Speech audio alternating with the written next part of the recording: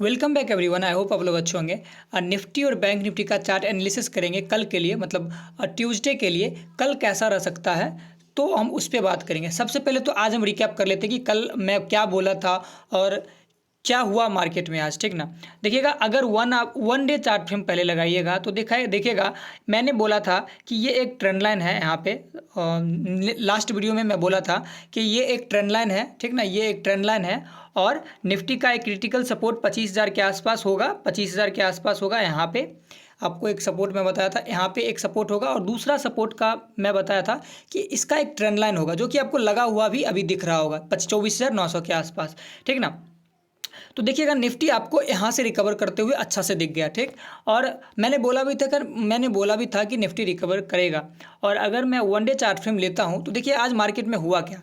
Nifty gap up open हुआ, ठीक है, ये गैप अप ओपन हुआ, यहाँ पे ओपन हुआ और जैसे ही गैप अप ओपन हुआ ना, मैं ग्रुप में बता दिया कि ये आपको नीचे जाते हुए दिखेगा, मतलब लगभग ज़्यादा चांस है ये आपको नीचे जाएगा, ठीक ना। तो देखिएगा ये कितना बड़ा स्पाइक दिया, ये इतना बड़ा स्पाइक दिया और पूरा नीचे आया और फिर यहाँ से रिकवर कर गया, ठीक ना। लेकिन ये जो मैं बोला कि आपको निफ्टी ये ट्रेंड लाइन अगर तोड़ देता है तो बड़ा दिक्कत होगा, मतलब ये ट्रेंड लाइन अगर तोड़ता है तो बड़ा दिक्कत होगा, लेकिन ये ट्रेंड लाइन होल्ड कर लिया। तो अब अगर हम कल का बात करते हैं तो देखिए कल क्या हो सकता है, ठीक ना। पहले तो देखिए अब हम वन डे चार्ट फ्रेम लगाते हैं, ठीक। तो आप देखिएगा ये एक जहाँ पे ये रुका है ना, यहाँ पे एक रजिस्टेंस है, ये एक रजिस्टेंस एरिया है, ठीक, ये एक रजिस्टेंस एरिया है।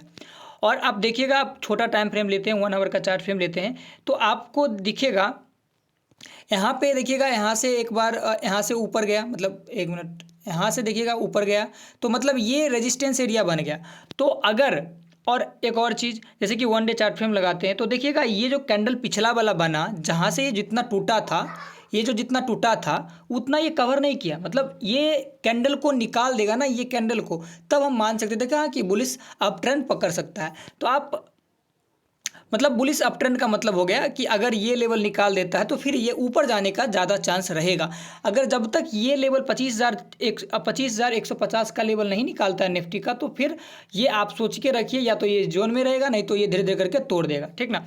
क्यों? बिकॉज देखिएगा अगर वन डे चार्ट फ्रेम में ये EMI ना अभी नज़दीक आया है इसका, ठीक ना, तो इससे रिजेक्शन लेते हुए दिखेगा, मतलब इससे जब ये टच करेगा, इसको जब टच करेगा तो इससे भी रिजेक्शन लेते हुए आपको दिखेगा स्टॉक। अगर इस लेवल को निकाल देता है, मतलब 25,100 का लेवल अगर निफ्टी निकाल देता है, 25,100 का लेवल निफ्टी निकाल देता है, तब फिर समझिए कि ये आपको धीरे धीरे करके कहाँ तक जा सकता है। मैंने आपको बोला था कहाँ तक जा सकता है, ये आपको ये एरिया पकड़ सकता है, ये एरिया, मतलब यहाँ से लगभग 25,700 से लेकर 26,000 का लेवल ये आपको दिखा सकता है अगर ये लेवल होल्ड कर लेता है तो, ठीक ना।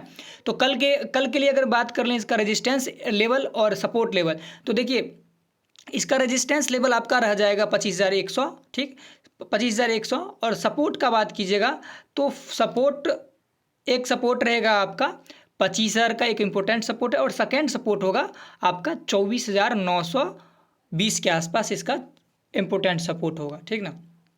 अगर गैप अप ओपन होता है निफ्टी, अगर मानते हैं कि 25,100 के ऊपर अगर गैप अप ओपन होता है तो आपका एक सपोर्ट का काम करेगा 25,120 के आसपास, ये एक सपोर्ट का ही काम करेगा, ठीक ना। तो फिर उसका रेजिस्टेंस आपका बन जाएगा, मतलब ये सपोर्ट हुआ आपका, ये सपोर्ट हुआ तो ये रेजिस्टेंस का काम करेगा, मतलब अगर इस लेवल को होल्ड कर लेता है ना तो आपको ये ऊपर आपको आराम से जाते हुए दिख जाएगा, ठीक ना। तो चलिए अब हम बैंक निफ्टी का चार्ट लगाते हैं।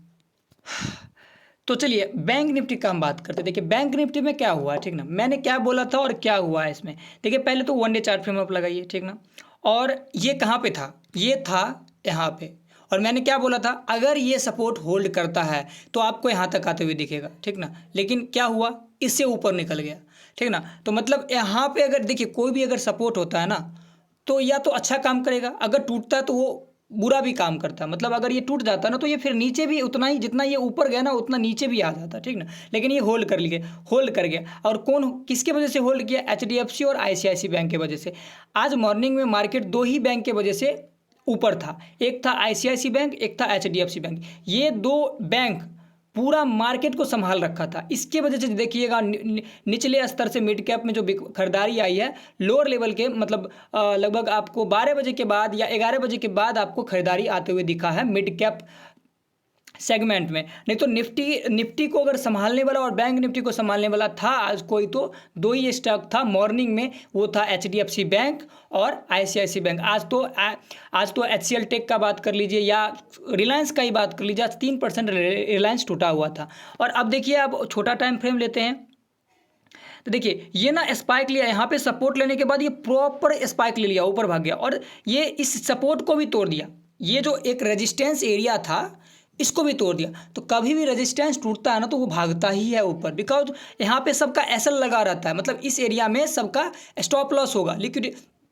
तो इसके वजह से देखिएगा आप यहाँ पे इस लेवल को भी जब जैसे इस लेवल को निकाला, देखिएगा आप, अब देखिएगा यहाँ से ऊपर गया, ठीक है, 1 आवर का चार्ट फ्रेम है। तो उसके बाद जब यहाँ से पुल बैक लिया तो ये एरिया पे सपोर्ट लिया। अब देखिएगा ये जो एरिया है इस पे आपको सपोर्ट लेते हुए दिखा, ठीक ना। अब देखिएगा इसमें 3 कैंडल है जो आपको सपोर्ट लेते हुए दिखा, एक ये वाला कैंडल, फिर उसके बाद फिर सेकंड कैंडल देखिएगा तो फिर ये कैंडल हो गया, तो 2 कैंडल इसमें सपोर्ट लेते हुए देखा। तो अब हम इसका क्रिटिकल लेवल का बात कर लेते हैं, ठीक ना। देखिए अब इसका अगर सपोर्ट का बेस, इंपॉर्टेंट बेस का बात कीजिएगा तो इसका इंपॉर्टेंट सपोर्ट हो गया ये, ठीक ना, ये एक इंपॉर्टेंट सपोर्ट हो गया, ठीक।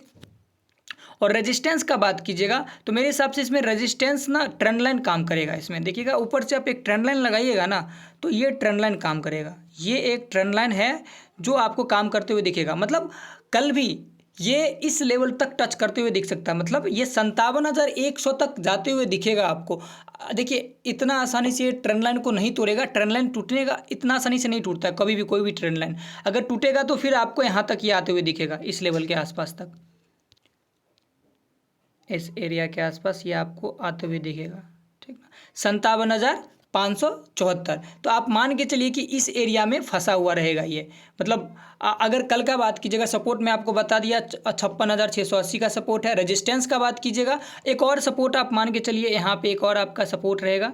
ये सब ना छोटा टाइम फ्रेम में जाके कीजिएगा तो आपको अच्छा से पता चल जाएगा। ये एक सपोर्ट एरिया रहेगा आपका, ठीक ना, और रेजिस्टेंस एरिया एक ट्रेंड लाइन रहेगा आपका। ये प्रॉपर एक ट्रेंड लाइन ही एक रहेगा यहाँ पे, ये जो आपको देखिएगा ये एक ट्रेंड लाइन का रेजिस्टेंस एरिया रहेगा। और अगर इसको निकाल लेता है तो फिर मेरे हिसाब से आपको रिजेक्शन लेते हुए कहाँ से दिख सकता है, 57,200, ये एक रेजिस्टेंस एरिया हो गया। मतलब आप मान के चलिए ये एक एरिया हो गया रेजिस्टेंस का ये, ठीक ना।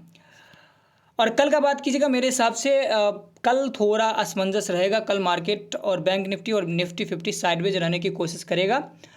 कल 50-50 रहेगा, मतलब कल साइडवेज भी रह सकता है और ऊपर भी जा सकता है मार्केट, ठीक ना।